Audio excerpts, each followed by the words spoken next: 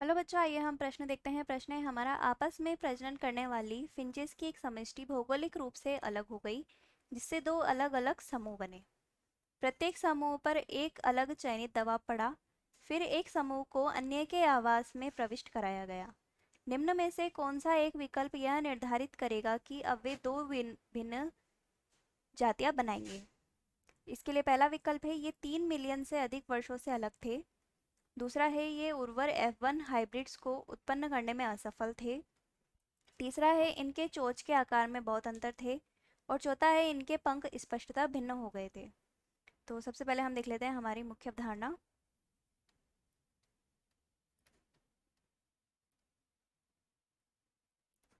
जिसमें हम देखते हैं कि हमें प्रश्न में दिया गया है कि आपस में प्रजनन करने वाली फिंचेस की एक समष्टि भौगोलिक रूप से अलग हो गई। यानी कि एक समष्टि थी फिंचेस की, जिसको दो अलग अलग स्थानों पर बांट दिया गया, जिससे एक जाति बनी और इधर दूसरी जाति का निर्माण हुआ। तो ये दोनों जातियां अलग अलग दबाव के कारण अलग अलग जाति को अस्तित्व में लेके आती हैं, जिससे दो अलग अलग जातियां बनी। अब फिर से इस एक जाति को दूसरी जाति के आवास में लेके गए, तो उससे क्या हुआ? तो इनके बीच में जनन की क्रिया कराई जाती है, यह देखने के लिए कि क्या इनसे नई जाति बनेगी। तो इनके लिए जनन की क्रिया कराई जाती है। इनसे जनन कराने पर एक जीव की उत्पत्ति हुई, एक नया जीव बना। परंतु यह जीव जो था वह उर्वर नहीं था।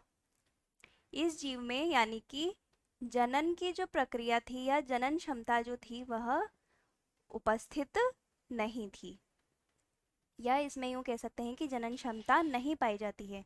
तो ये जो जीव था, ये एक प्रकार का हाइब्रिड जीव था, जो दो विभिन्न जातियों से मिलाने से या दो विभिन्न जातियों के संयोग से बना था, और इसे हम F1 हाइब्रिड भी कहते हैं।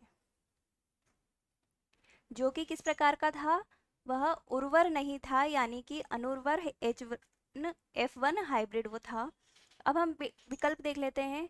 ये 3 मिलियन से अधिक वर्षों से अलग थे, तो यह विभिन्न जातियों को बनाने के लिए आवश्यक नहीं है, या इससे यह नहीं निर्धारित कर सकते कि दो विभिन्न जातियां बनेगी। तो यह विकल्प गलत है।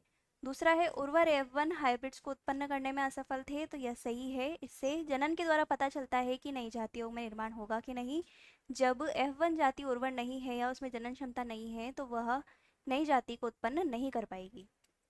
इसके बाद इनके चोंच के आकार में बहुत अंतर थे, इससे भी यह निर्धारित नहीं होता है कि विभिन्न जातियां बनेगी, इसलिए यह भी गलत है। और इनके पंख स्पष्टता भिन्न हो गए थे, यह भी निर्धारित नहीं कर सकता है। तो हमारा जो उत्तर होगा वो होगा विकल्प बी।